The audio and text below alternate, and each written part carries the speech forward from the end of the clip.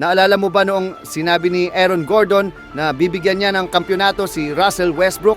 Pero isang bagay ang sigurado, hindi ito ang tao na yon. Parang malas talaga si Westbrook, lalo na't nalaglag sila ng OKC ng Game 7 sa isang tambakan. Mukhang malas din talaga si Westbrook at James Harden. Hanggang ngayon wala pa rin silang championship. Ringless pa rin ang dalawang ito. Ngayon lumipat na tayo sa bagong henerasyon, Anthony Edwards versus Shai Gilgeous-Alexander.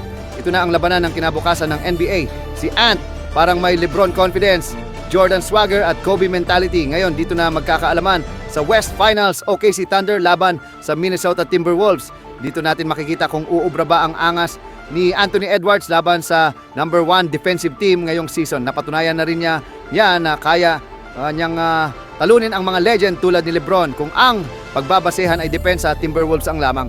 Pero ang tanong, mailalabas kaya niya ang angas niya laban kay SGA? Sa tingin mo, sino kaya ang mananalo sa seryeng ito?